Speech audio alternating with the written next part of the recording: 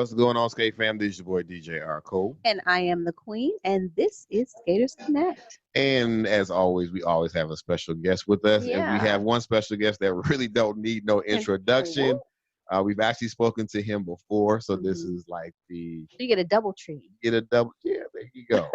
So as a matter of fact, he was one of the first interviews we actually did here in the actual studio. Yep. So he was actually here during that point in time. Yeah, that was the first. That's when we started. That's when we during the Houston. During the roundup. Yep. Correct. So without further ado, like I said, he really don't need an introduction, but we'll let him go ahead and introduce himself. Go ahead, my man. What's up, everybody? What up, Skate fam? It's your boy D-Breez, the one and only Mr. IR. Hey, it's good to see y'all again.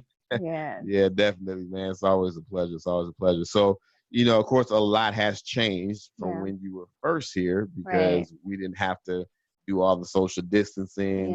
COVID-19 wasn't even a household name or anything like that. So, it was business as usual. But now things have changed. But fortunately, with technology, we can still talk face to face through, videos, Skype, Zoom, so forth and so on. So, it's a pleasure again speaking with you again, so we can kind of get an update on what's going on in the Chicago area, just with your event coming up and so forth. So let's start with what's happening in the Chicago area first before we get to it, because obviously right now it looks like it's a different type of Chicago because of what's going on. Well, right now, everything is shut down. Join the rest of us. Desolate.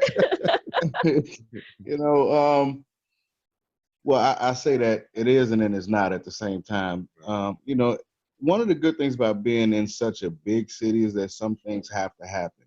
People were obviously scared that they were going to shut down all restaurants, all stores, all grocery stores. Now, if they had done that, it would have been mass chaos. Yeah. So luckily in today's world, society understands, look, we need access to basic needs and we can still function. Okay, we out at home for most part, some of us. We didn't run out of tissue across the whole world. Stores are still open. So you were stockpiling or you just had your pile? No, I was actually the opposite. I was one of the ones, it'll be all right. Y'all panicking, tissue, water, no, not gonna stockpile water. Those faucets still run. I know that's right. But where we're at right now, as far as Independence Road is concerned, I have until July 3rd. Okay, I'm not going to make the premature decision and shut down now. I'm gonna wait. I got at least until June 1st to see what they really want to do. That gives people who are willing to drive plenty of time. People who want to fly have already booked some flights because of the rate being so low. Yes. So that gives me a little bit of cushion. It's not an event that you have to fly to. You can drive to it. I'm not trying to laugh. That depends on your locality. Right, locality, yeah. I was laughing because my dog just tried to get in the video. In the picture. He wants to be a star too. Daddy's in the picture. Hey. It's all good. But the most important thing, I talked to the rinks, and the rinks are game. They're still, all right, hey, if it's going to happen, we're still down. Cool. Meet and greet facilities, that's a whole nother thing. Yeah.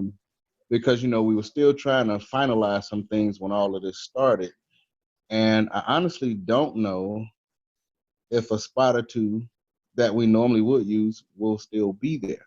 Right. Because this shutdown, it affects us, individually. It affects your household. Yes. But think about the businesses that now shut down. They shut down payrolls. They shut down all this other stuff. And they're smaller businesses. So you have their employees more than likely out of work. So then they not only have to get back in business, but get their people back. And so we just don't know. But number one, the rinks. The rinks are still willing to go. If the restrictions allow. Right.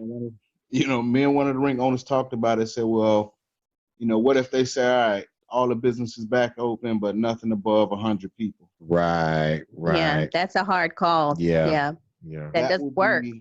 That won't work at all. Right. You know, I'm not gonna rent every rink in the area and then we'll just have 100 people at each rink. I'm not gonna. Yeah, that wouldn't make any sense. So how are the rinks actually doing with everything going on? You know, because on a financial level, yeah, the financial are they level, stable? Yeah, we actually this morning we actually had the story about a rink that's closing. And they're actually selling off all of their equipment and stuff. Yeah. So are the rinks that you are in contact with, they feel financially stable that they can come back? The talk right now, see, and what you just mentioned is what I was afraid of. When I tell people about the businesses that may not come back after this shutdown, if I could cash out and be good for the remainder of my time, why wouldn't I cash out now?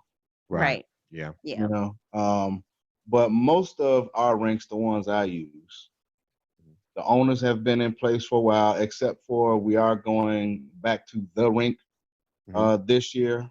But the newer owners, they're from what they say, they're in a comfortable enough position. Okay, that's good. This won't shut them down. Okay. It doesn't seem like the rinks that I'm using are in a situation where this is the only means of survival for them. So they may be able to withstand it. Okay. Yeah, and that's good. That makes you feel a little bit at ease. You know, and that's the beauty too. That's the other beauty of trying to work with different rinks. Like I've always wanted IR to have a different rink each night. And it gives you that. So if one goes down, I have another one. And I've been through this twice now. I've lost 2 rinks in this time. Yeah. So I understand definitely needing multiple rink options in order to stay afloat. So we should be good rink-wise. Okay. Now, it's just the meet and greet. The meet and greet, so that's a whole nother story. Yeah. I'm not even sure about the hotels right now. Yeah. But I mean, the good thing, like you said, is that you are in the city, so you do have, you know, a little bit of flexibility maybe in finding another spot. May not be the spot wanted, but there may be an option. Yeah. And that's the thing, you know, when I tell people in the notice that I wrote, I want people to understand. The rinks are saying, yeah, as soon as it's open, we'll be open. Abiding by the restrictions. Correct. I understand that. No pressure whatsoever. But it's the other businesses. Right. You know, if the nightclub we used last year doesn't come back, okay, there's nothing I can do about it. So either I find somewhere, or hey, we accept that it's gonna be hotel and skating, and that's it. You know. The larger recreational facilities, you know, most of them they'll probably return. They'll probably return, but the one I used last year is fairly new. I don't know what their overhead is. I don't know what's survivable to them. I don't know. And then the bowling alleys.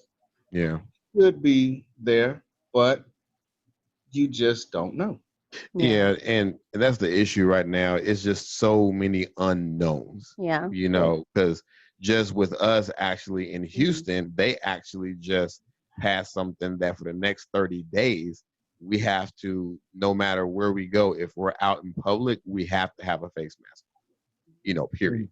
You know, so they don't want to catch you without it. You know, unless you're 10 and under, then you're okay. You know, so the world as we know it, so kids are some of the nastiest things. They touch everything, touch everybody. So, you know, so, but I mean, we're living in a different time right now. So the only thing that we can actually do is adjust. But one of the things that you said is that, you know, you are a little, you know, a couple of months off. So you do have a little bit of cushion. But again, it may boil down to how many people can you actually have. And as an organizer, I know that it has to be a difficult position to be in, because you're also thinking about the skaters and then their financial stability, because a lot of people haven't been working since March 20th. And then, to come back, and even though look, and even some of the airlines, believe it or not, we booked flights and they canceled our flights. We had for the Soul Roll, we have flights, and they canceled the flights and just said, okay, well, here's your money back. We're not going to be flying at that time. So even still, that some of the cheap flights we book, some of that might be canceled because they've even reduced their flight schedule. So there's a whole bunch of unknowns for you. It's a lot. And that might be why, well, I won't say any particular event names. I don't, I love and respect everybody. That might be why, we'll just say some of the other events canceled a little early. Right. You got events, we're in April now, events in May, they canceled, in March pretty much. Said, okay, not going to happen. And, nobody wants to say, yeah, we're going to do it. And then you only have, a fraction of people show up. But one thing I do know about the skaters, some of us could be out of work for half a year and we'll make it to the skate. We just say we're going to pile up in that minivan. Who going? Man, we'll make it to the skating party. That's it. Drive back, whatever. We'll do some things. We'll pile up in a room or in somebody's house. That's for we'll sure. Make it happen for skating. I know. Yeah, most definitely. Most definitely. That's why I said before, we are resilient because even right now, we are finding ways to get some type of skating in. So, now you are still out there working. You're one of the fortunate ones. As we mentioned before, you are a essential worker, but how are you doing any of the skating at home, any of the skating in the kitchen or anything like that? Try to keep your legs loose, or are you just like, you know what? Okay, I still gotta work. I'm just gonna work. Yeah, look. If I get the urge, I get the urge. The funniest thing about that is, I got a couple of little wooden floors in here. Everybody's putting their videos out, skating at home. Thought about it. Got the garage, thought about it. But I guess I've been doing this so long, I was like, I'm a gamer too. Okay. I'm good. I think gamers are probably the only people right now that are good. Like, they all happy. Yeah. Everybody at home, everybody can hop online. You can be on there for hours. Man. So what's your game of choice? Grand Theft Auto is number one all time in existence. All right. That game for the last 7-8 years has been unbelievable. Yeah. And there's probably more people on it right now because everybody at home. Other than that, 2K basketball is my other thing, and it's more people on that right now. And then I just got into this Call of Duty Warzone. So, it's a lot of people on that too. So, that's a fun fact. Oh, we just saw your dog's tail. It's like a slap you in the face. But here is a fun fact for you skaters. D-Breez is a gamer. Is a gamer. He's not just. I am a gamer. He is just not cold on them 8s. He will take your money in the video game. So, and he will steal your car in Grand Theft Auto.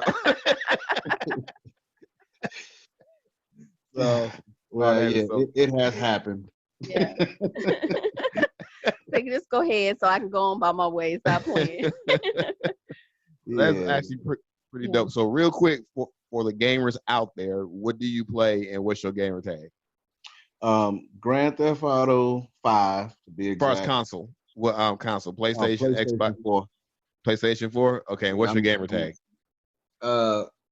The main one is D-Breez, just like the skate name. Okay. All right. And then I got my other one that I pretty much use just for Grand Theft. I got my Breeze Killing You.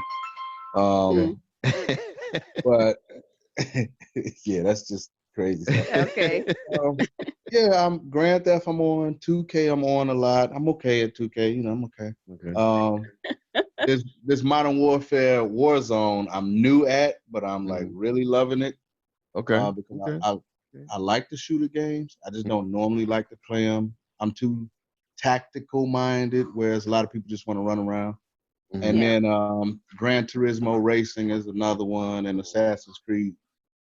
Okay. So you skaters out there who want to join him, and you know, if you can't beat him on the wood, maybe you can beat him in the game. You know, I mean, hey, maybe you get some type of satisfaction out of something. Hey, you know, real talk though, it's a lot of us skaters that are gamers.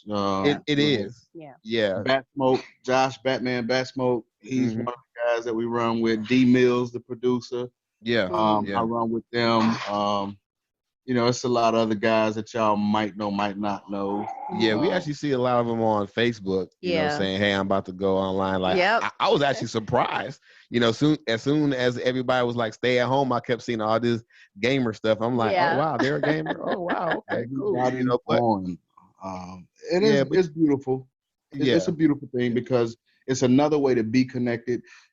Yeah. I'll say this. The gaming world probably is our first run in social distancing. Because we come together from a distance on the games and it's accepted. Everybody got their headphones on. Yep. You're in your own space. It's no longer like when I was a kid that, you know, you had to go to somebody's house to game with them. Right. Now, man, you sitting at home, you comfy, you do what you want to do. And the competitiveness of some of the games are equivalent to the competitiveness in skating. That is true. Yeah. So as I get older, this becomes the easier way. You know what? Last time you were here, I know we talked about that. I felt like we were speaking to well, of course you're an OG in the game. Yeah. Period. You know what I'm saying? But I feel like I was talking to a triple OG. You know what I'm saying? Because you're so calm, mild mannered, and you're like, you know, what's the way to put this? A sneak peek into it. Right now, everybody that loves basketball is watching what? Last Dance. Yeah. Okay. Michael Jordan back then, at his time, was something spectacular. When you listen to Michael Jordan now talk about basketball versus listening to Michael Jordan back then talk about basketball, there's a difference in the humble understanding that comes with age. Like back then, confident Mike, dominant Mike, nobody can do this, nobody can do that, nobody can stop me. Yeah. You know, confidence, it has to be there. Yeah. Older Mike now, I couldn't have done it without Scotty. Right. It's the humble side because you can look back and reflect. You can enjoy it now. You know, you accomplished, you can enjoy.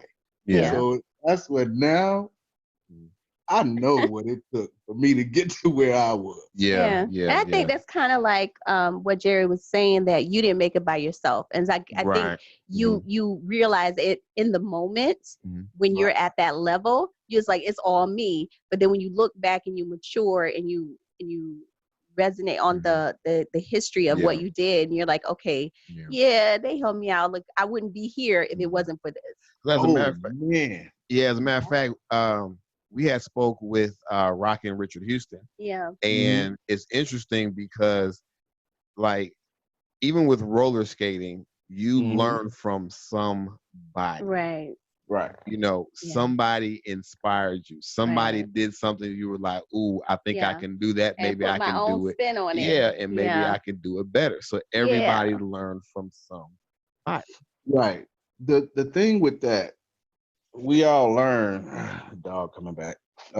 We all learn things from people. The difference with skating, and this is sort of the life of learning it. When you come into it, you see something that intrigues you. You see something that interests you. And you want to learn that, whatever it is. Whether it's a move, the style, the music, whatever. Then you normally start to learn directly from people you skate with. And if you do that, you tend to try to skate like that person, unless your body movement and their body movement doesn't match at all, and you can't look like them.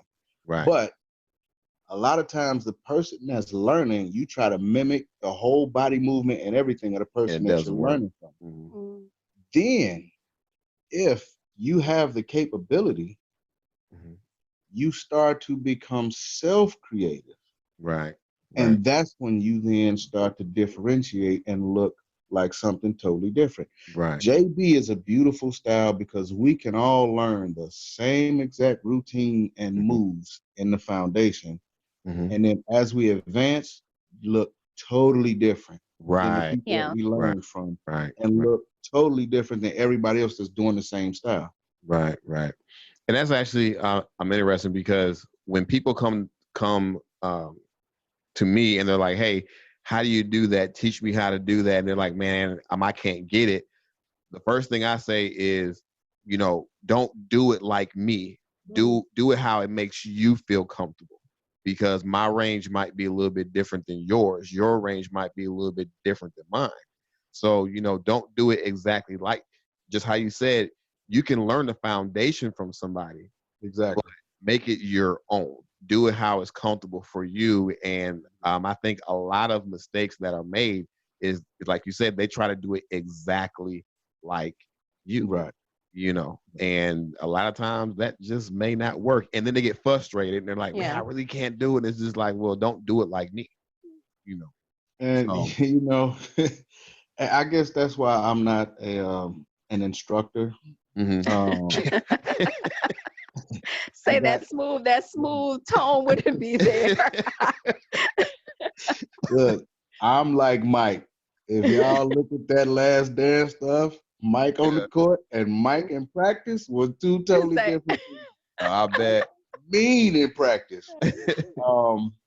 I'm the type, if you want to learn something from me, we'll say back in the days, I used to tell people, I can't teach you from the beginning. Like the person that can't skate, they can't stand up and can barely get down the floor, I can't work with you. Not that I don't want to, I don't have the patience. And I know it. I've never had it. That's being honest. Yeah. And I'm gonna be honest. I can't teach you how to get on skates. I can tell you the pointers and then go on and try it. And later, if you want to come back, I can give you the pointers. I just can't stay with you. Right. The skaters that already were of a certain level, I could work with them. Then I can help you find what you're looking for. And not saying to skate like me, but whatever it is that you're trying to do, I can help you understand what you're not getting. Because, when I learned, I actually didn't learn directly from a lot of people. I really didn't. I sat back and watched. And then I tried to apply on my own. That's just how I was. Now, there's a couple of people that I had actually show me how you do this, because I don't get it. Skating on the side of my wheels, I learned from a guy, never remembered his name, though.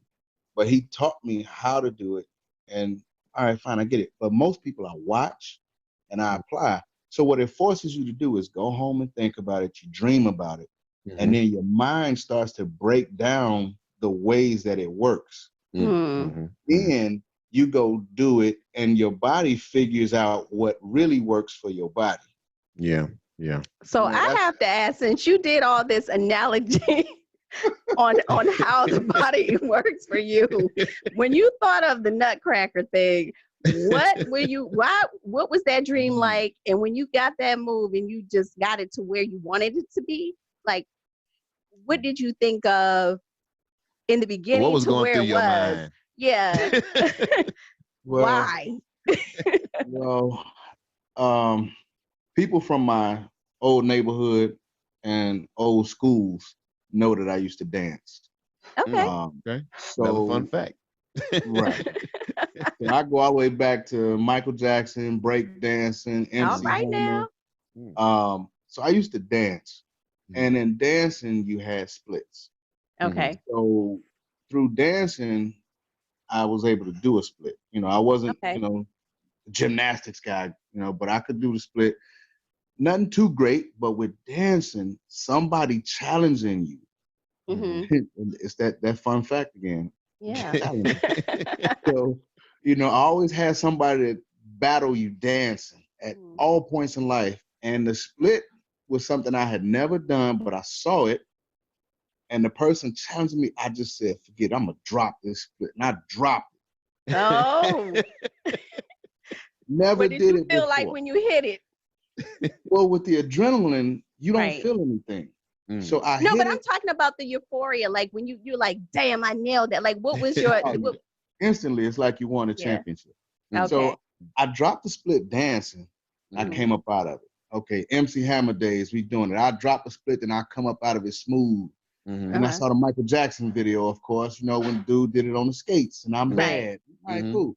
So when we get to skating, challenges again. My guys challenged me, and I dropped this. I never split on the skates. Done it dancing, never did it on skates. Dropped the split on skates. Boom! I do the Michael Jackson thing and pull it back up. And then I did the break dancing, shoulders waving in their feet. And they were like, "Oh my God!" And I'm like, "Oh, in the towel!" And I'm like, "Yeah." I did it right then and there, on the spot. Never tried it before, just because it was competitive. So that's always been my push. You push me to do something I never do, and I just do it. So once we got to flying them, which one of the DJs called me out again, said, "Man, you know, back in the days, we used to jump. We would jump with 5 feet and then land in the split." And then next, you know, 5 minutes later, I went and did it. Okay. Oh, wow. So now you guys know, if you ever want to see him do something, all you got to do is challenge him. Or that was the old D-Breez. That was the old, we found out Jive Biscuit a couple years ago when they challenged me to do another split, and it didn't end that well. Oh. I didn't quite land it, and when I got up, the hamstring was torn to pieces. So it wasn't that smooth back up? No. I got up. I got up and walked off and went and sat down and said, "Okay, I'm done for the day. I'm retired." I don't know. I might get it there back. are videos of you. There's the Chi City, the movement. There's a video on YouTube that you can see him and several other skaters, and it's just so interesting. And the music is dope. I mean, the style, the footwork, it's everything. I'm trying to think if the Chi City Skaters, if that's the one that Premier put together. It was put together by, it said Skate Photos. Okay. Yeah, it had 3 part. And the second one had like the Rich Boys, and it had just like a whole bunch of skaters. Because the Copycats video was one that my guy Maestro did all the footage on. It's kind of grainy for back then because it was on VHS and then it transferred over.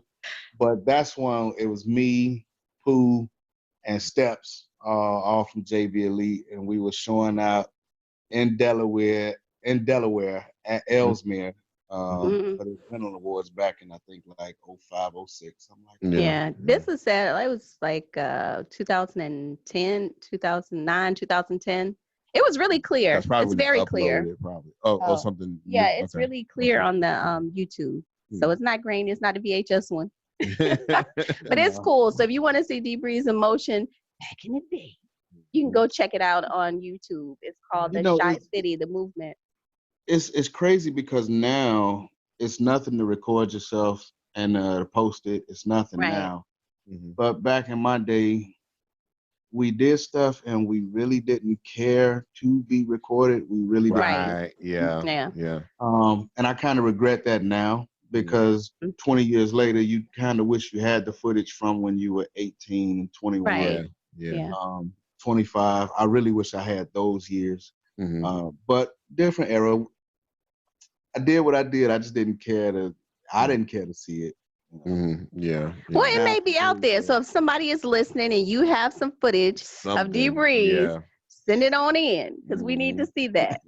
I just had a dope idea.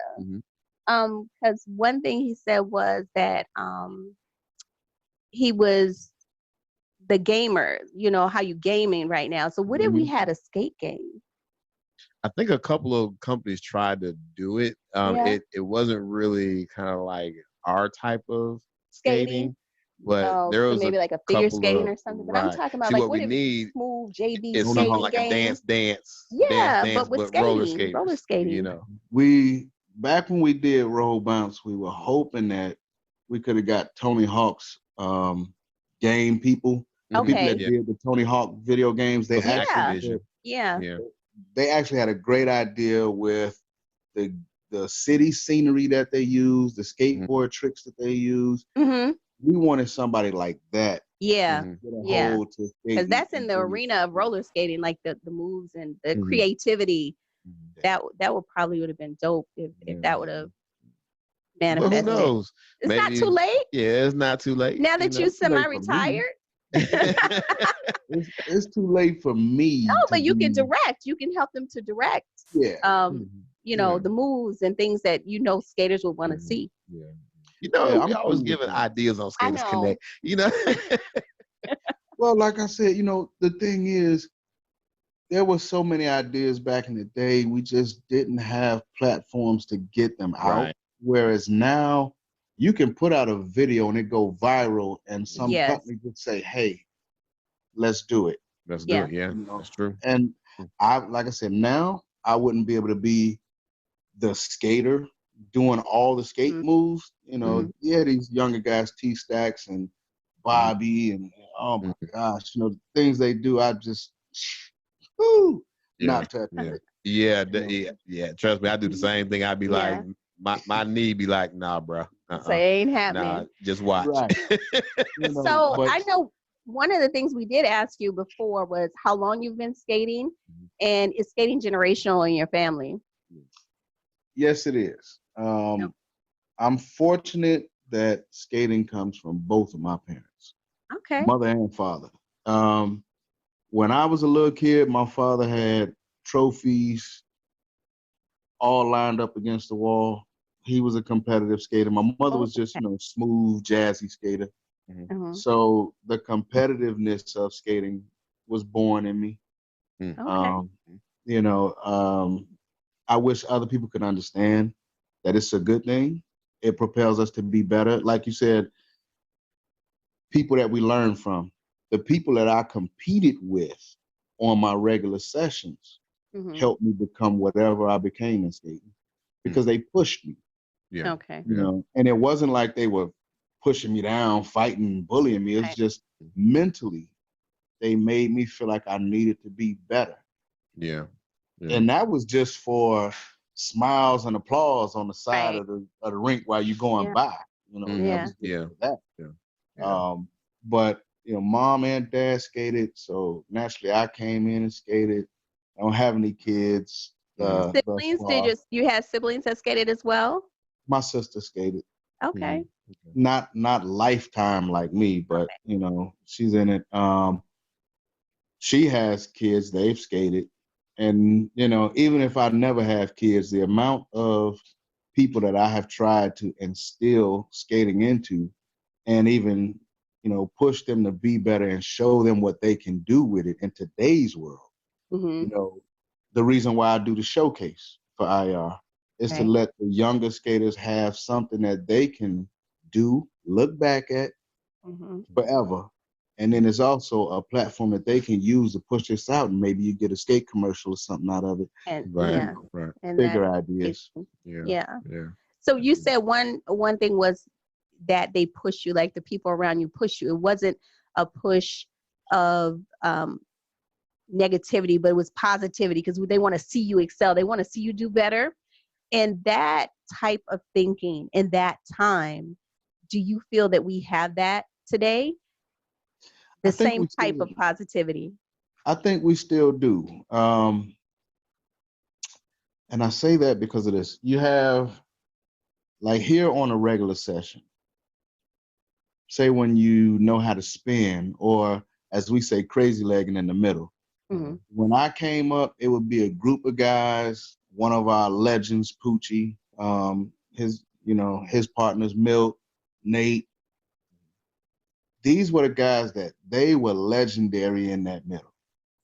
But they welcomed everybody else in that middle that did what they did. And they didn't shun you. They didn't, put the stank face on and come out there and just obliterate what you did. They would applaud you. If they saw where you were messing up on a spin, they would actually tell you, man, yeah, you got to do this, and then you can hold that spin better. You know, they encourage you. Yeah. Now you had guys like that. You have guys like me. You know, if I'm skating around and I see you trying to do something that I did, and we cool, you know, I let you know, hey, where you messing up at. Mm-hmm. Mm-hmm. The other side is the people who don't like you. Yeah. But it all works for the good, Mm-hmm. because the people that didn't like me, that were competitive with me, you know, we sort of rival, whatever. It just pushed me that I couldn't stop. Mm-hmm. You know, so now this year they learned something that I was doing. Next year I got to come up with something else new. Right. All right. So it helps you keep pushing the bar for yourself. Yeah. Yeah. Yeah. And that's why, like, I'm not mad about any of it. Anybody that was a so-called rival in skating, I'm not mad. You helped me. You were fuel for the fire, and that's just what it was. So speaking of which, and you know, we were talking about Michael Jordan earlier. Okay, it was a conversation that I saw one time with a group of skaters, and they were talking about who was the GOAT of skating. Yeah, and so now I want to know what your opinion of a GOAT of skating, because for me, it's you really can't call yourself a GOAT unless you've mastered all the different styles. If that's if it's in your range now, but you're also always learning. Like you said, you're constantly pushing the bar. So there's really no ceiling. And I remember Todd, we had an interview with him. He said he really doesn't like to put a ceiling on roller skating. You know, you have to think beyond that. So just out of curiosity, you know, what are your thoughts on those type of conversations, or the definition of being a GOAT in roller skating? Because you could be the GOAT of basketball, because that's just basketball. Right. Well, according to Jordan, now, if you listen to Mike now, like I said, the difference in maturing. Yes. Younger Mike was the greatest to ever play the game. In his mind, he was the greatest. That's why he was so relentless and so difficult to beat. It didn't matter whether truthfully anybody else believed he's the greatest. He believed it.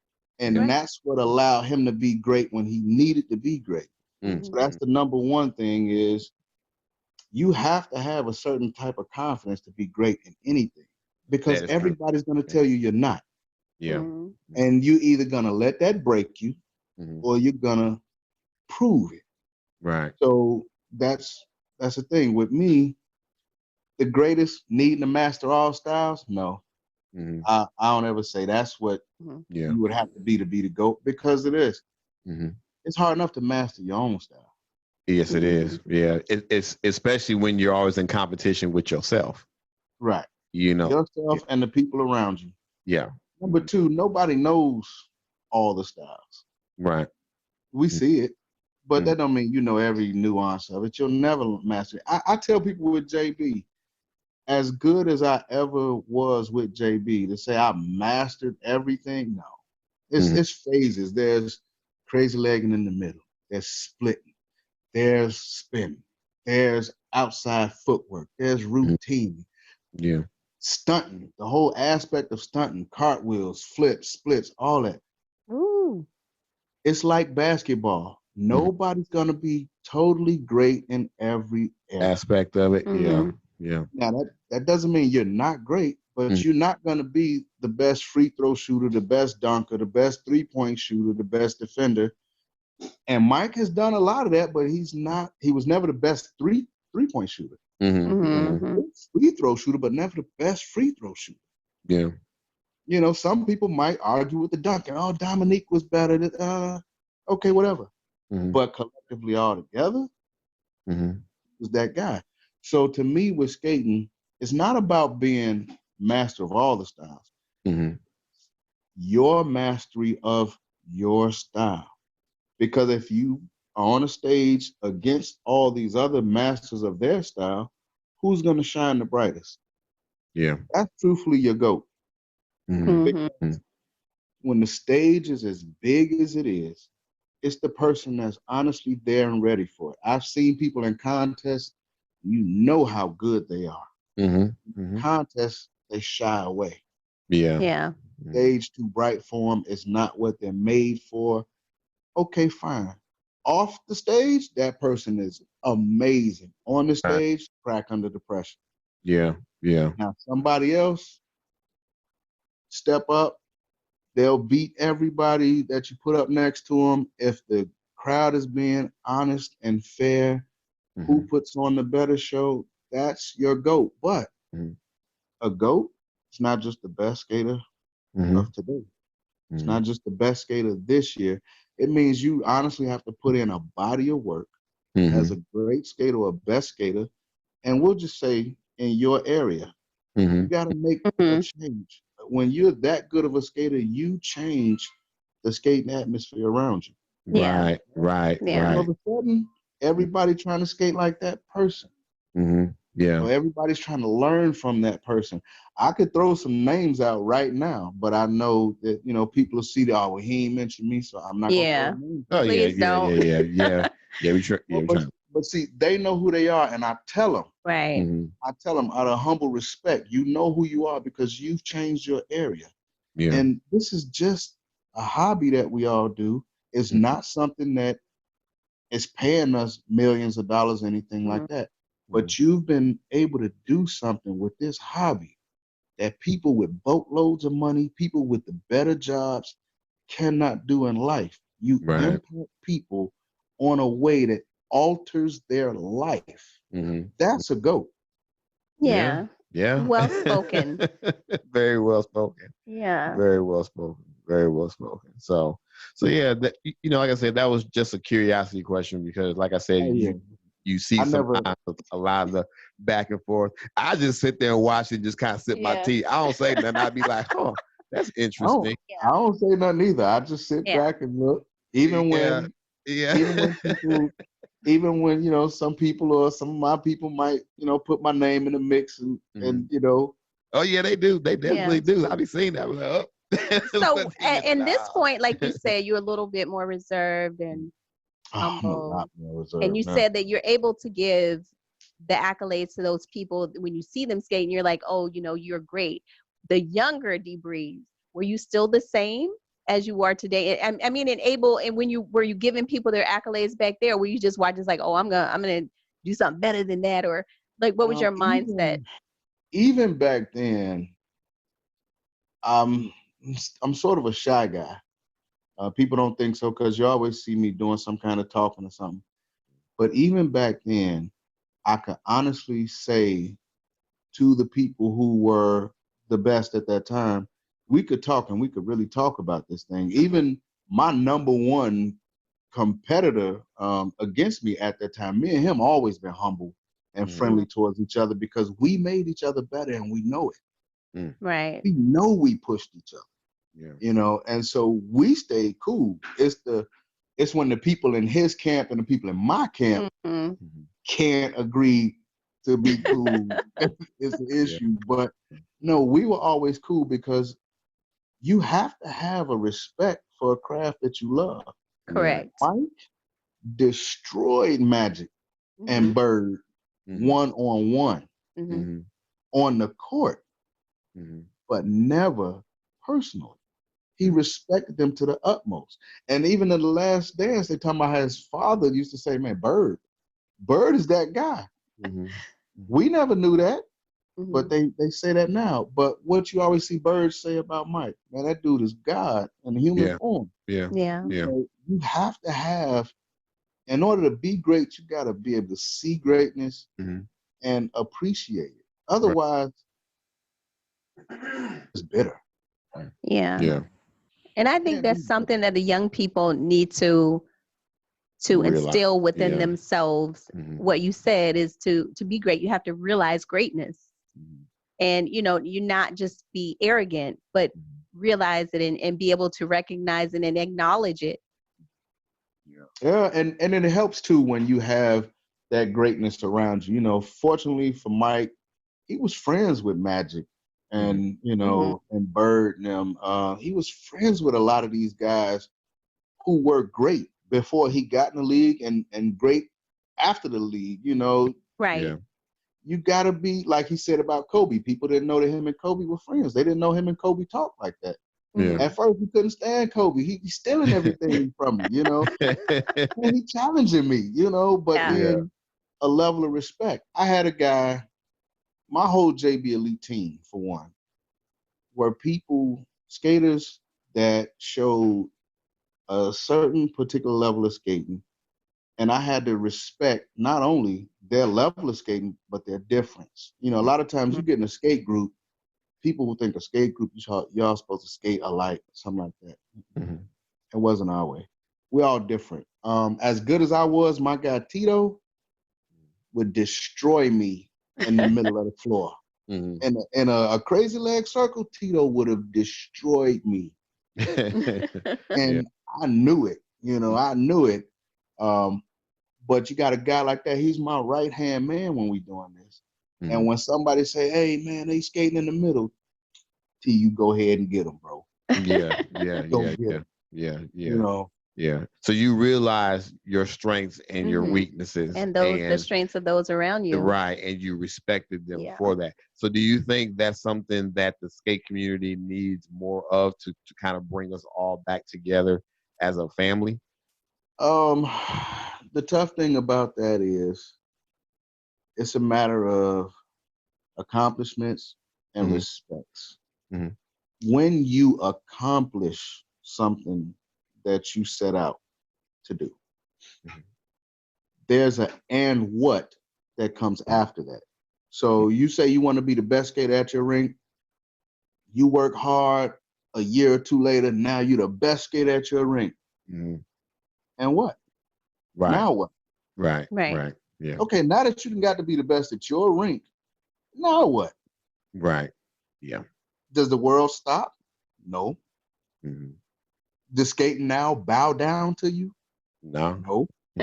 Because guess what? Now, it's a bunch of other people now waiting to knock you off. Yep.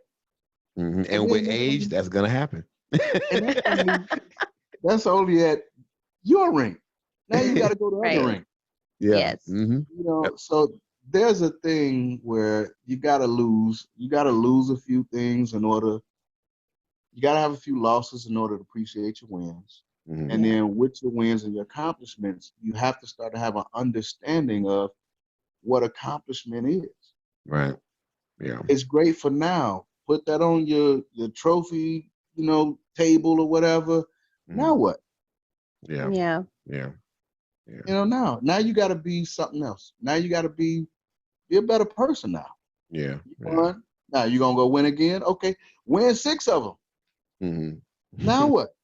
Are people talking about? Are people talking about you? Mm-hmm. Are they saying how good you were? When people come up to congratulate you for a win, how do you respond? Oh yeah, thank you. Yeah, Now what? Right. Yeah. And that's what people don't.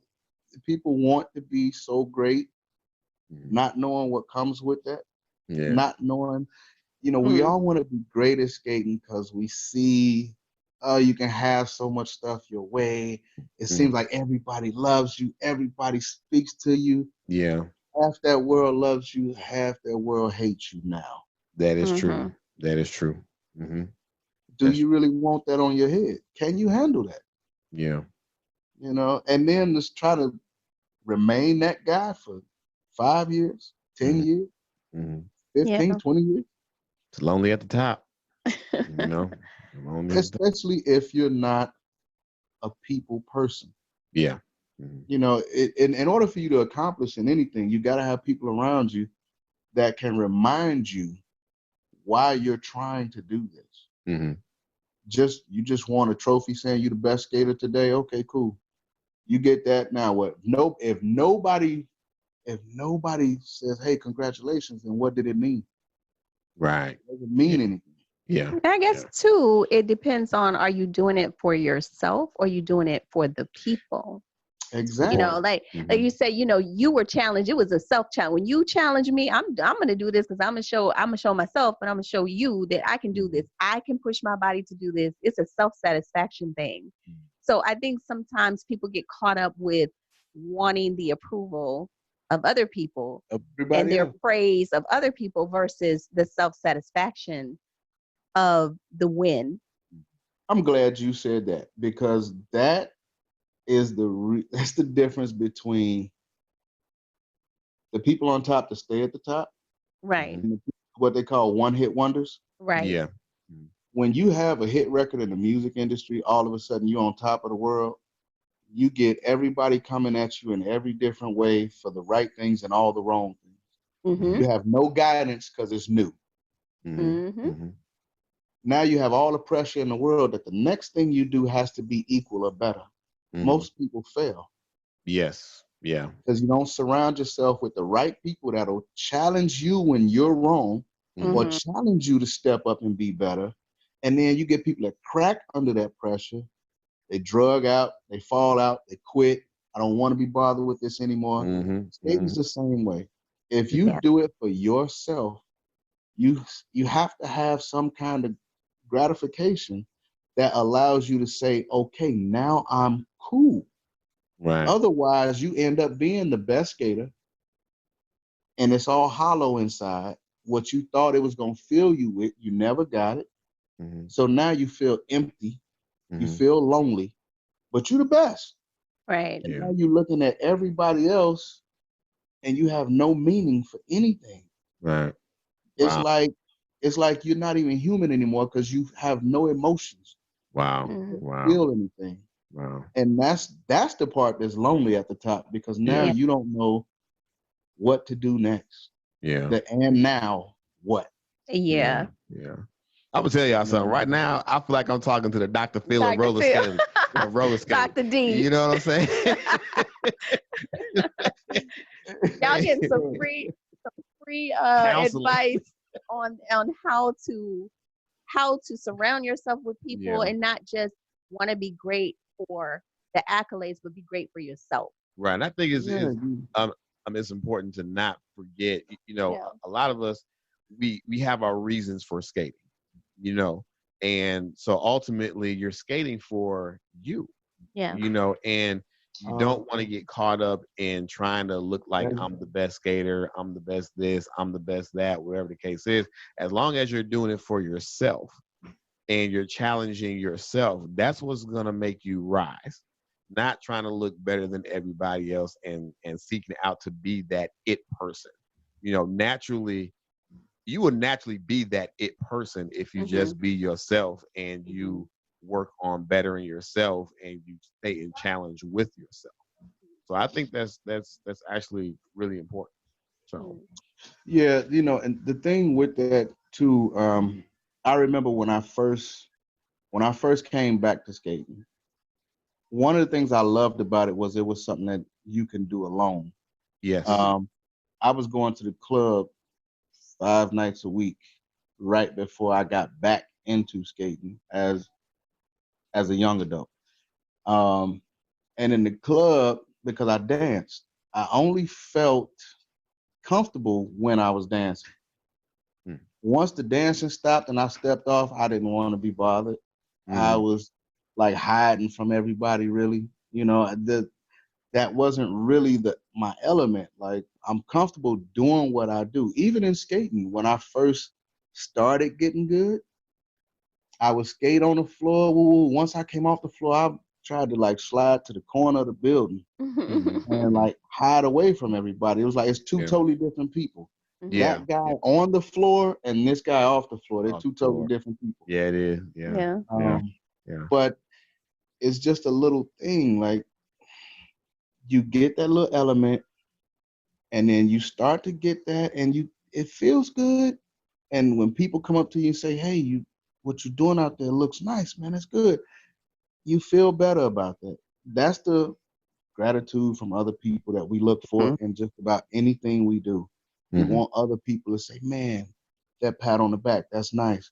Cool, you feel like you're doing something. And once you get to be in the conversations about the best on the scene or whatever, it's gonna take more than that because the fight challenges the person that you are. Yeah. Understand? You have people now looking at you and they talking about you. Mm-hmm. And you wanna silence the talks. Mm-hmm. Nobody talking about you. If you're not saying congratulations, you don't want nobody saying nothing. Don't say nothing about me. Just let me be a ghost. Yeah. But you can't control people. Mm-hmm. And that's the thing. You start to see the things that people are saying, and you got to have such a strong mind to not fall into what they're saying. Ah, yeah, he this, but really, he got big ears, You can't run from that. If you got big ears, you got big ears. But I can skate though. You know what I'm saying? And that's the attitude you have to start having is, all right, well, cool. Hey, I don't have the most money. This dude got, a Lamborghini outside. It's nothing I can do to compete with that. But I'll murder him on his skate floor. There you go. That's what it becomes. And then you start saying, look, that's not what I signed up for. Right. It's not. Yeah. So then you got to have, like I had my Tito Mel and Keys O'Kane when we started, and Pooh and Step Tim and Charlotte Tammy Paris and, and Randy. And we started doing things with this. Like, okay, cool. Me and Tito now, we traveling the whole country. We're going to see what's up everywhere. And not to lay down the law. It's just, we're going to go experience the world because this skate stuff is everywhere. Yeah. Neither one of us have a job that goes everywhere. Right. You're going to go skating. Yeah. Everywhere. And we got some money and some gas. We out. You can go do what you do everywhere now. Something that we only did at a couple of rinks in the city. Now we going across the country doing it. And it's like, wow, then Kizo started doing music and oh yeah, man. We're gonna bring this and we're gonna run this everywhere. And then now it ain't about me being whatever skater. I got this guy's music that we pushing, trying to get him a better life. Now I got my guys, hey, so-and-so doing a video. They want us in that. Let's go do that. Yeah. And then we got the ladies coming, and then they starting. That's a whole nother buzz because they fine ladies and they can skate. And then I look up and I got this whole team of people. Yeah. And I can sit back now, like y'all go get it. Yeah. Yeah. So you said you used to dance and you're skating. So I know you're into the music. So what kind of music do you have? Like if somebody said, what's on your playlist? Like what would be top? Besides JB. Well, I mean, we know the JB's in there, but actually it's not now. Wow. Well, that's the thing. Back when I used to listen to a lot of skate music before I went skating or after skating, you playing it in the car on the way and from. That's back when it was original JBs, like James Brown stuff, Loggins and Messina, Pathway to Glory. Oh yeah. Stuff that set your mind into a mood. Yeah. Once the remixes came out, we played those. Now we talking about some years. Now I barely even listen to skate music. But radio music. I'm not stuck in the 90s. I actually listen to some of the newer music for the beats, not always the lyrics. Yeah. The beats, yeah. But I'm different. Like some of my greatest songs all time, not even rap. One of them is actually rock. Okay, and what is that? That's good. Wanted by Bon Jovi. Wow. Okay. Another fun fact. See? Yeah. And that's what we like Jovi. is that there's so much diversity. Yeah. Because some people think of people of just being ones that, he from Chicago, all he listened to is JB. Or he from Houston, all he listened to was Chopped and Screwed. Or he's this, he's that. But like my playlist got classical, it's got some rock, it's got some everything, But there was one song that you had mentioned. And I remember my first time hearing that song, I was just like, wow, because I felt like there were so many different elements brought into one, and that's that Pathway to Glory. Oh my God. That song right there. If you guys have not heard that song, as a matter of fact, when this song airs, I will actually play it after or the song airs. When the interview. When the interview airs, I will actually play after the interview. The song is like an hour long, but we gonna edit it. No, it's not really an hour long, but it is deep and introspective. And when it hits you, it's just like wow, because it starts off one way, then it goes another direction, and you're like, you got to get back in the mic, Cole. Get back in the mic. But no, like Big Jeremy, when he's travel with me sometimes on the road, if I'm driving, whoever driving, they get to listen to their music. Mm-hmm. So like when Jay would drive, he got all this rap on. A lot of it is older rap, some newer rap. It's lyrical stuff, Jay-Z type stuff, and he said this in this song, he said that in that song. Then when I get behind the wheel and I put mine on, 90% of the songs are aggressive. Mm-hmm. Like 90% of my songs is y'all going to war. What's I ain't never scared. Okay. It's aggressive stuff, or it'd be like stuff like T.I. Mm-hmm. T.I. Still I Stand. Mm-hmm. Like I said, Bon Jovi Want It. Mm-hmm. I'm a cowboy on a steel horse I ride. Yeah. I seen a million faces and I rocked them all. Hey. Wanted, dead or alive, he's wanted.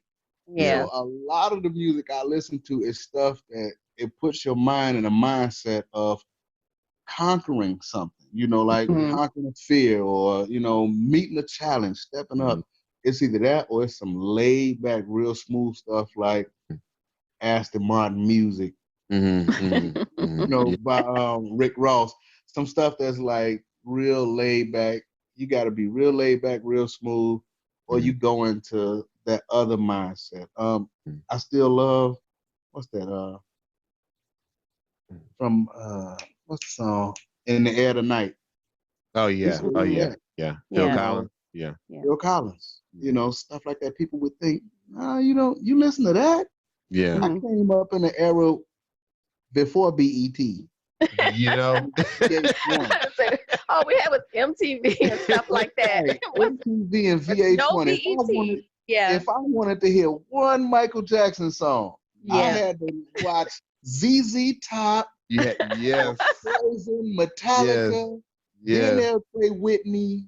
Yeah. Then they'll play something else. Then they'll play Michael Jackson. It was There'd be a little sprinkle of us in there every now and then. But or they'll play the song that, the Whitney, Dolly Parton will sing the Whitney song or something and never play. Exactly. Exactly. So as you had to be diverse. I mean, even as a kid, the breakdancing music, Axel F from Beverly Hills Cop. We used to break dance to Herbie Hancock. Wow. Oh yeah, Herbie Hancock's Rocket. Yeah. Oh my God. So he was out there ozoing hopping and snapping. Yeah, turbo and all that. So you was straight up Beat Street then. Matter of fact, I just watched Breaking 2 not too long ago. Oh yeah. Brought back memories.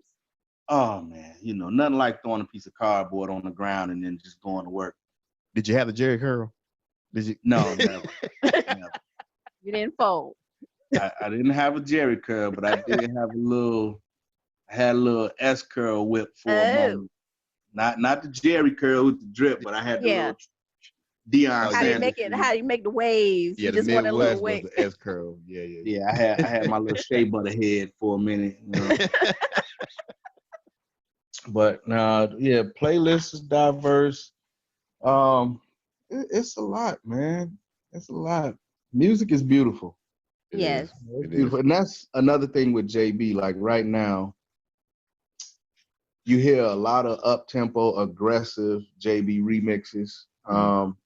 I really want the younger generation to understand that we had 3 tempos back in the days. Mm-hmm. We had our real slow Watermelon Man. If you ever look up that song, real slow. Yeah. You know, same beat, and them real slow. Then you had your mid-tempo stuff that we love so much, and that's a lot of songs. And then you got the high-tempo stuff, which is to make it funky, you know, cornbread, all that. Nowadays, they try to stay in one tempo, and I would really love to get them to vary that back up to at least 2 tempos. Yeah, yeah. Do a little bit more variety. So for you producers that are listening or watching, there you go. Now you know what you guys' homework is. Oh my. Yeah. Like you said, music is beautiful. Oh yeah. And music is nice. I mean, you can have someone that's autistic. You can have someone that's uber intelligent, and music can just bring everybody together, like under one umbrella. You know, when you go to some of these events, whether it be classical or rock or rap, you see all colors of people at those events. It's not just one. So and that's one of the things I like about IR and some of the other events. I won't say names again because I don't want to be. I love the fact now that the events are sort of multi-racial, religion, because here it is at these national events when we really there to experience all these variations in skating. It just gives you more appreciation to see London and definitely, Germany and Tokyo. You know, to see people come from these other areas and see what they skate to. Canada, to see what Canada actually skates to and the way they skate. You know, just to experience them, because we don't go everywhere. Right. Yeah. We actually had Mark Mead from London in here, and we talked to him, and we had talked about some of the music and just hearing the differences in the cultures, everything like that. It's amazing because, you know, it's important that you do get out and travel to some of the other, you know, skate cities and skating rinks outside of your local area, so you can really get the whole scope of roller skating instead of being stuck in a bubble. Yeah. You know. So I tell people, see the world and appreciate your style even more. You don't have to learn everybody's style or love everybody's music, but see it and appreciate it. So that then it should make you love yours more. I love my city. I hate the crime, but I love Chicago. And the more that I travel other places, when I come back, I appreciate Chicago even more. You know, we got things that I don't like that I wish I could just obliterate, but I still come back and appreciate the things in my city more and more because of the fact I see the differences when I go other places and I understand. That's why when we get the younger guys going now, and I tell them, man, go out, see these other cities, pay attention to how they live versus how we think we live here. I said, you'll see, man, it's so different. And then when skaters move, I just moved out to so-and-so. I'm not mad. I understand. Oh, life is different out there. That might be the life that you really want. Yeah. Go get it. You only get one. Go get it. Appreciate it. It's crazy. Before the national travel, I really didn't even feel like I wanted friends outside of Chicago. I really didn't feel like open up your eyes. Yeah. Because I mean, back then, you know, your cell phone minutes, you know, they're costly. You know, you didn't have free nights and weekends yet. So, you know, we gotta limit this, bro. You know, back when you had unlimited local, I'm only calling people in the local area. But once we got to traveling and you start to see the world, it really opens your eyes to life. You know, really. And think about it. We haven't even begun going, like, unfortunately, this terrible Corona stuff. People were going to go to Barcelona this year. People were going to go to Amsterdam. They even had new one in people join. Jamaica in October. There was an escape party for Jamaica as well. But they were planning. Right. You know, all of that. And I want people to do it. Go see, let skating be your excuse. Yes.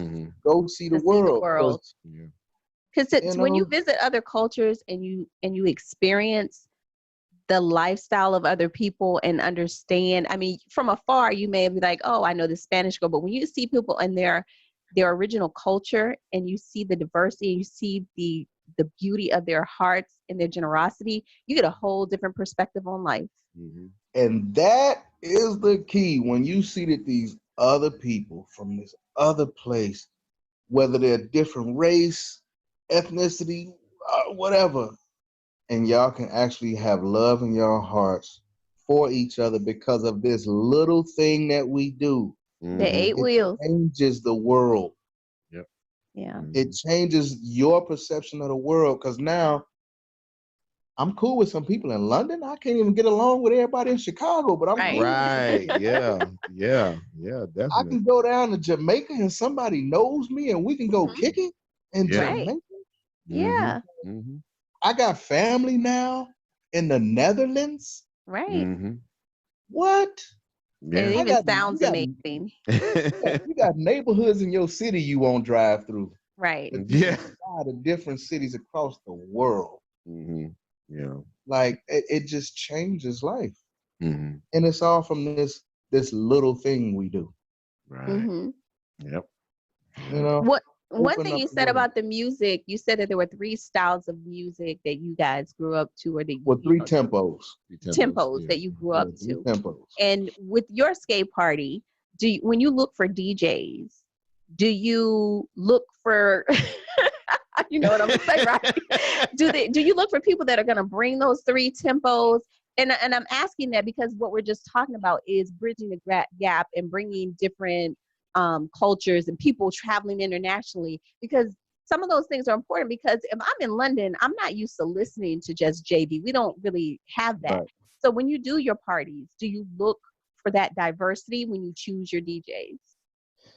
I definitely built IR on the factor of the music needs to go around the world, or originally around the country. Because when we first started traveling to these events, they didn't play JBs at any of them. None of them. None. Nothing new. Me and them coordinators, we all talked about it. We've been in meetings and we've talked, and I've said it in people's faces. The only time we used to hear our music was during our roll call. So we made it a point to destroy our roll call. And y'all did destroy it. Let me tell you. And I saw when Chicago stepped out, I'm like, oh, I swear, I tell people, you know, trying to be a great skater, you have fuel for the fire that's burning.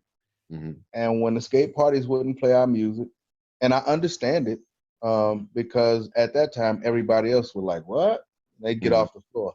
So you put on a song, and by the time that song is over with, the whole skate floor is empty except for us. So it's like a roll call. So most parties wouldn't do it. No, the floor gonna empty out. Maybe we give y'all the last 5 or 10 minutes at the end of the night. All right, cool, whatever. So on roll call, all that was on my mind. Yeah, okay, make y'all like this. Yeah. So you're gonna learn to love this, right? But you know, you're gonna love it. There's at least. There's probably not a skate party that you won't go to that you won't hear some form of JB music. You know, now. Yeah. So you know, you guys kind of help shape some of the culture.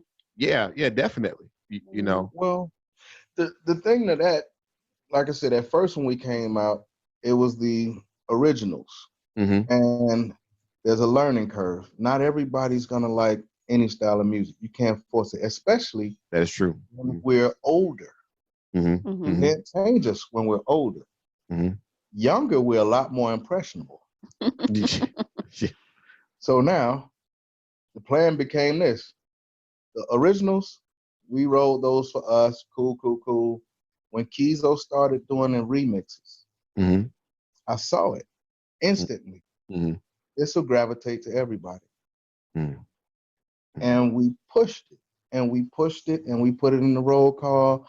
Next thing you know, you see DC, Maryland, they got Keyzo remixes in their roll call because they want to snap to it. Mm-hmm, mm-hmm. Great. Yeah. The start. Now, now we're gonna feed this thing, and then all of a sudden, the younger skaters, it became something that they can still do their style, this music, and now it becomes acceptable to them. And the younger skaters dominate the skate scene now. Yeah. Yeah. You know, the younger skaters from then are the OGs now. Right. So it's the transition in time. At the time, it was too early. But with time, it became the norm. And then the coordinators too, as they eventually, all right, cool. And the DJs, they see it's more and more people because now you got JV skaters popping up here and there, and then you got people that like it and they jumping on the roll call to skate because they just want to skate to the music. That's the only time they're gonna hear it. Right. Yeah. Hey, y'all need to play it a little longer. They can get the roll. And then it just happens. You can't control the thing. You know, once you tip the bottle over and the water spill out, you can't control it. It just flows. Yeah. Yeah, definitely. So now it's everywhere. You can go to New York on a regular session and they'll drop some JBs. Oh yeah. On a regular session in New York. They'll drop some in a regular session in Ohio or in Cali. And I love it because I was there during the start of it when it wasn't that way. When it was a fight. Right. You know, it's another, all right, an adjustment through time. Now it's acceptable. And they're not even skating JB to it. Right. Yeah. They're doing their own thing. Yeah. Right. And that's even better. Like, I don't want it to be a thing where they play JB music, but we got to switch to our JB stuff. Yeah. Yeah. Yeah. What you gonna do? Enjoy the music. That's all there is to it. Yeah. Sit back and enjoy the music. Enjoy the music. Yeah. So. And then we got so many generations of producers now that are bringing more and more. You can't stop it. It's here. These guys are making music for skaters. Yeah. Right. And if we're able to have IR, me and some of the producers got a beautiful project that we working on. Amazing. We're going to be excited. But if not, we're going to have a leap year and we'll still do 10. Yeah. So we'll be having the ear to the floor to make sure that everything is still on track for Independence Roll. Hopefully this COVID will ease up and people will be able to come out. Well, I'll say this too, when we touch base on it. Right now, the city is starting to cancel all of the city events because, of course, it takes a lot of finances for the events that they have, that they throw. So I understand that. That doesn't mean IR is going to cancel. It's all about those restrictions. If they really keep it too strict, then I got to cancel. It's not worth it, and we'll come back hopefully the next year and we'll do it better. And like I said, stuff like this kind of makes me feel like doing a few more years. Yeah. We know you got it. This is leap year or something. You got to give us a little bit more. Well, I got to keep people around me that want to continue being a part of it. Right. That's true. Right. I did what I wanted load. to do. Yeah, and I did what I wanted to enjoy from it, so I'm cool. It's about the people with me still wanting to be a part because like you said with the DJs, when you ask me, how do I pick the DJs? Yes. It's DJs. Stop, pause, and think about it. You didn't lose audio. It was just a moment of When we put IR together, DJ DMC was a no-brainer. That's my right-hand man. Since the day that we unleashed the remixes, he was willing to be a part of it. Okay. Never backed off, so fine. He with me till the end, until he wants to stop. Joe he showed that he had all the capability in the world. This was before like everybody knew of him. And I'm like, okay, bro, I can help you, you can help me, we can help each other. So let's do this. And then I went and got Narcissistic because Narcissistic was a DJ making noise in Ohio and in the Midwest. He was getting on a few parties in here. And I wanted to let everybody know this isn't a JB party. This is a national party. I had to show them that I meant this is national. Not like now where I could say, all right, look, you know, Joe gonna do it. Everybody around the country has seen Joe spin at a rink in their state. So you know he's a national DJ. If I say Joe doing it, it's a national party. Now you know if Miss DJ Tone. Tone on it. National party. Right. Back then, Joe and DMC still looked like a local party. So I brought Narcissistic in. Said, look, I'm trying to prove to everybody locally and nationally that we're doing this for everybody. And then as it grew, I brought in Ty. Me and Ty met years before. I invited Ty out to Shy. He came out. I introduced him to DMC. They ended up spinning on Rolling in the Carolinas together back in 06, I think. And that was another thing. Now that I'm throwing a party, hey, Ty, guess what? Come on and be a part of this, bro. You know, cool. Brian, my little nephew.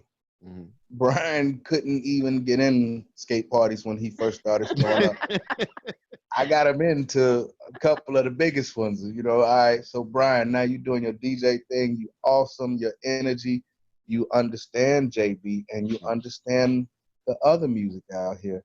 Ty understood JB because he came here. He rocked with us and he understood the other music. And then with Arson drove to the first IR. He spun Friday night on the East Coast, hopped in a vehicle and brought himself and a few other people to the first IR. Wow. And I'm like, and he a cold DJ. Yeah. I'm like, that's love, bro. You just did work. And you here?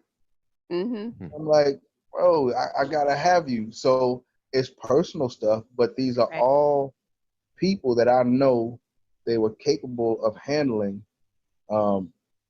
music on a certain level. Now, I pair them up because I can't, just like I can't sell the local DJ that you don't know to you as a national DJ. Right. I can't sell the national DJ to my locals. Right. So I paired them up because I want to respect my city and I want to respect everybody outside my city. So I'm going to give y'all the best of both worlds and hopefully they can put this thing together and make it work. And they've been able to do that. That's pretty dope. So how hard would it be for, we get a lot of requests for new DJs or not so known DJs.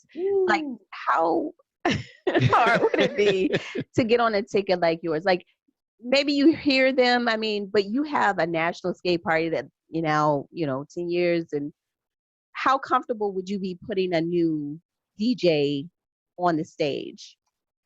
I created a new dilemma for myself. We have, DJing is like skating. It's generations. Yeah. And I'm too much of the nice guy trying to be respectful to everybody. I don't do what's considered the best business, just on the business end. This DJ's good. He's a DJ. Forget everybody else. I'm personal to a lot of people. So these last couple of years, I've started letting a couple of my younger DJs get a feature. Yeah. Okay. Yeah, that's good. Give them a taste of it. Yeah. That's Give cool. them a taste of it because we're not going to be doing what we do forever. Right. If IR goes 25 years, like Joy, Skateathon, and Donna and them with Skills on Wheels in St. Louis, there's going to need to be some other DJs. Originally, I wanted to carousel DJs in and out, rotate them. Right. But I'm personal with the people, so I kind of, if I like your music and the way we work, I don't ever want to change, but that's not possible. So I know these younger DJs are here and they ask me. So I started giving a few of them that have, home rinks a feature spot. mm-hmm. 15, 20 minutes. They get to do them like they would normally do on their session or whatever they want to do, knowing that this is a national party. Mm-hmm. One of the DJs out of town, younger DJ, he asked me about that too. He said, man, would you ever consider that for the DJs outside the city? And I'm like, yeah, I would. I just need time to figure out a way, because I got all these DJs here that want to be on AR. Yeah. And I don't want to throw people on the party for free. You know, some of them say they'll do it, and I get that, but I want you to feel respected as well. So the feature slot is one thing, that's an ear. But if I actually have you spin the party, a meet and greet, you know, something like that, then I got to pay you. And I got like 14, 15 DJs here. Right. I'm like, it's a list, guys. I can't fit y'all. Nationally, I got 3 DJs nationally. And there's about 6 or 7 more that I want to work with. It's about figuring out the time to do it. You know, some of my DJs are getting a little older. Some of them might want to take a break. All right, whenever they want to take a break, I can put one of these other guys in, or maybe we can work something out where we'll schedule a time that, you know, one of them will be out and one of these other guys will come in. I'm all for training the next DJs as well to be ready for what the national parties demand. Right. You can't get stuck in your element. When I first started traveling a party in a city, 50 to 75% of that music could have been that local city's music. And the other 25 or 50 could have been out of town music. It can't be like that now.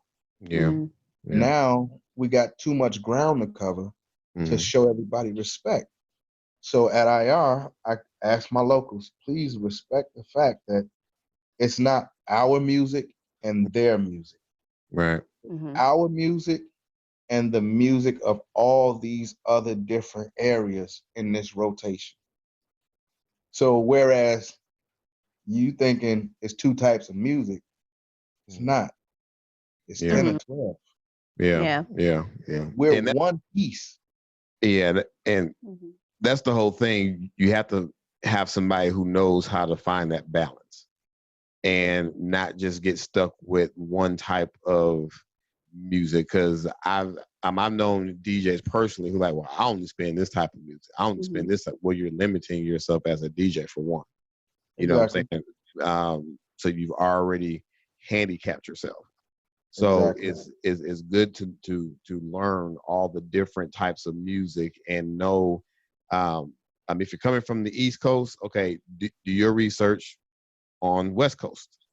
You know, if you're coming from the West Coast, do your research on the East Coast, because everyone likes to hear their music, because as I mentioned before, everyone feels like you're DJing for them. They don't look at it as you're DJing for everyone. So that's the whole thing. So you do have to move strategically, you know, which, you know, I understand that, you know what I'm saying?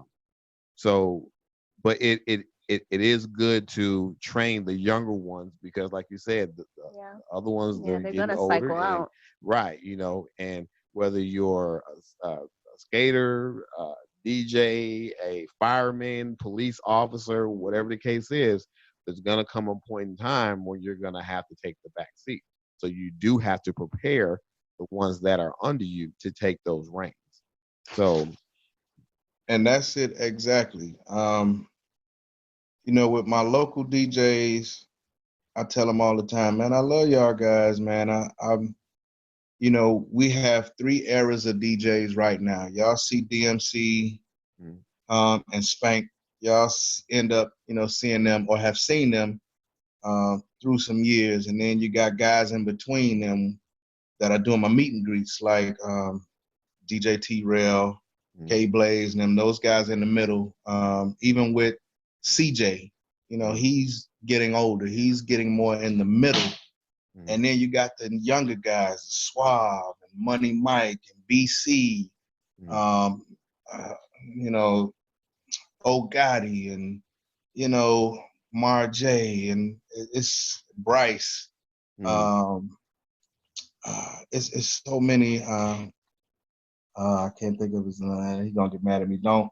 Charge it to the mind. Don't charge it to the heart. Right. You know, he's a producer too.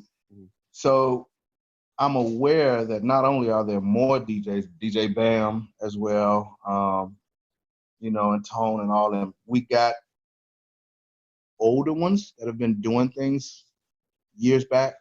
Right. Ones that are sort of in the middle, meaning they've been doing some things years back into now.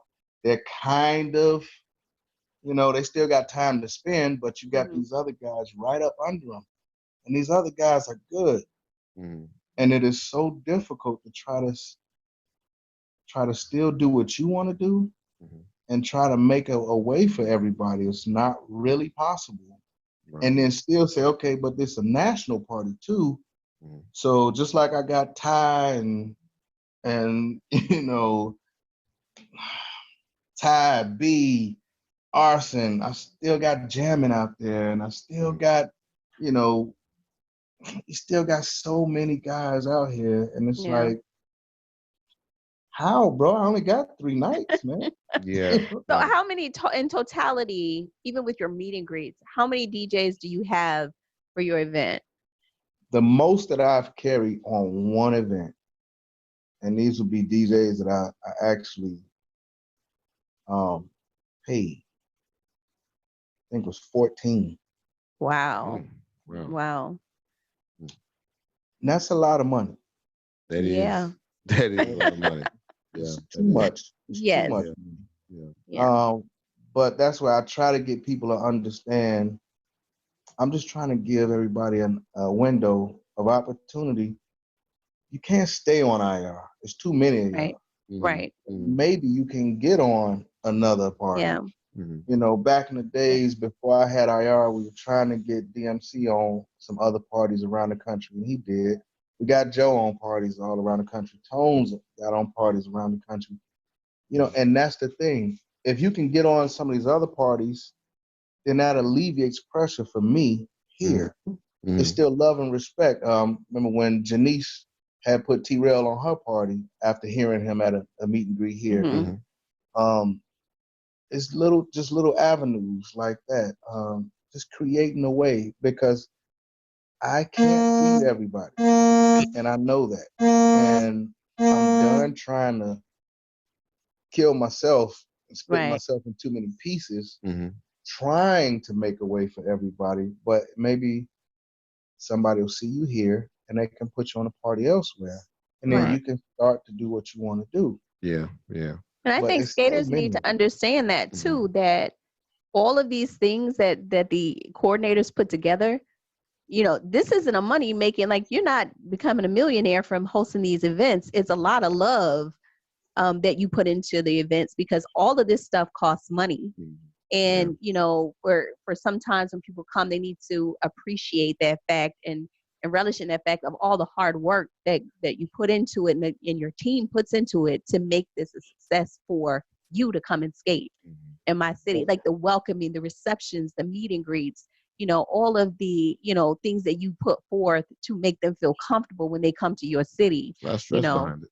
Yeah. Less stress behind it. Yeah.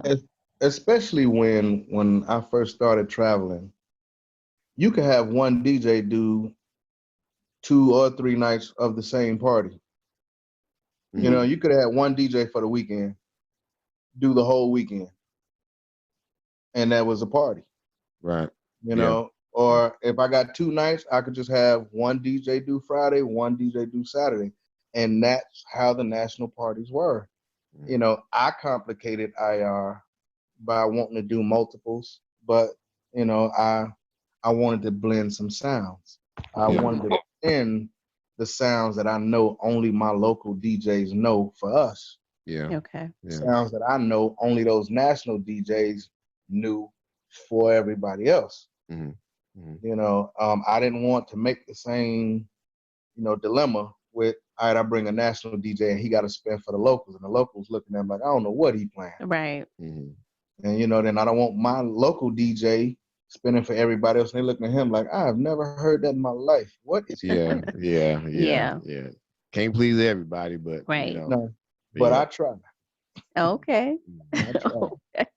Well, we can talk to you forever. I know. I know. I did just look at the time like, are we? Yeah, we've almost been talking for almost 2 hours. Yeah. So, but and that's how it was last time when you were here. We were just sitting talking and just chatting it up and everything, because I always like to listen to a wealth of knowledge that comes from a skater that's been in the game for a while, because the newer generation needs to understand where everything comes from. It's like paying homage. You have to pay homage to those who came before you. So that's what that's why I appreciate you being able to speak to us again. The first interview was definitely dope. Definitely dope interview. Y'all get a double treat. And so we're gonna definitely play both of them. But our main thing was we actually wanted to hear from you about the skate party that was coming up.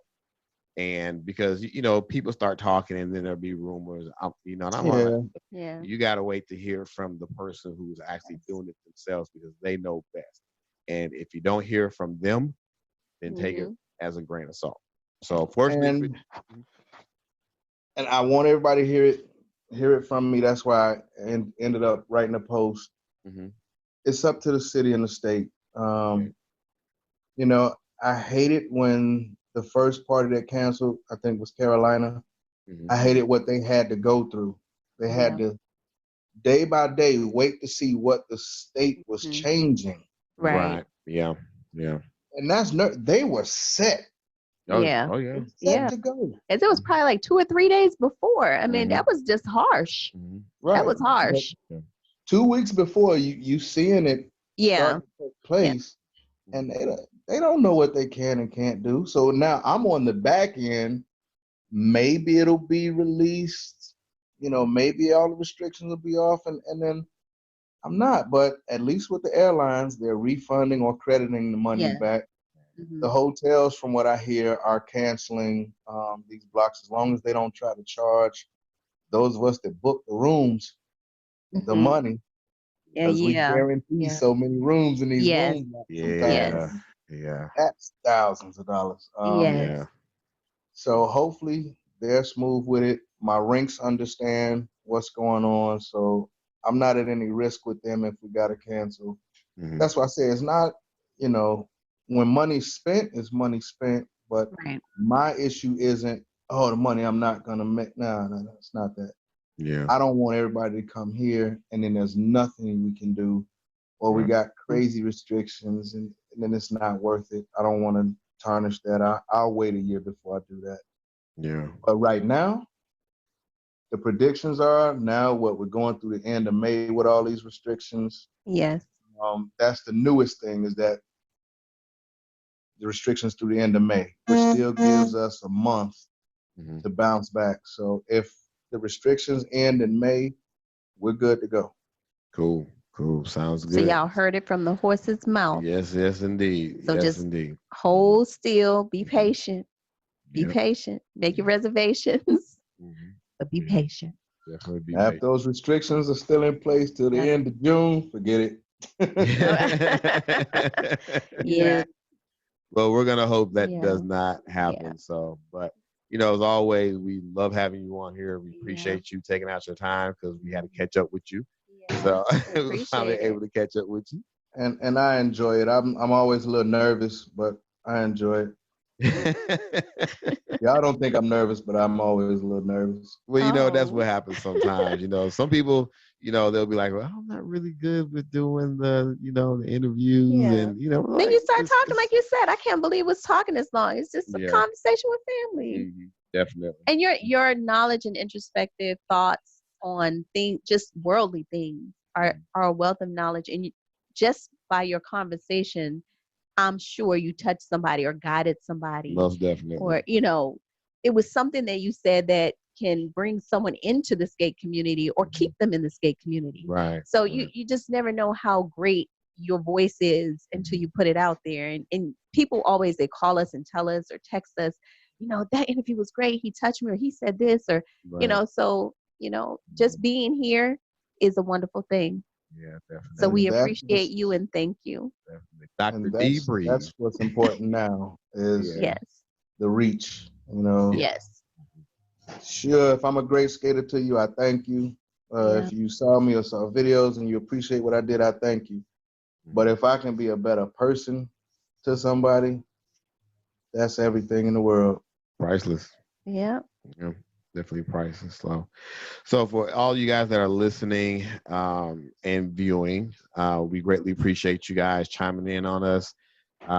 As always, we appreciate you guys supporting us. We appreciate your support, because especially right now more than ever, we all need to be reaching out and supporting the skate culture, because, you know, things have gotten a little bit difficult. But as we say, we are skaters, we are resilient, and we gonna make it do what it do. Yeah. So until then, we will see you guys on the wood.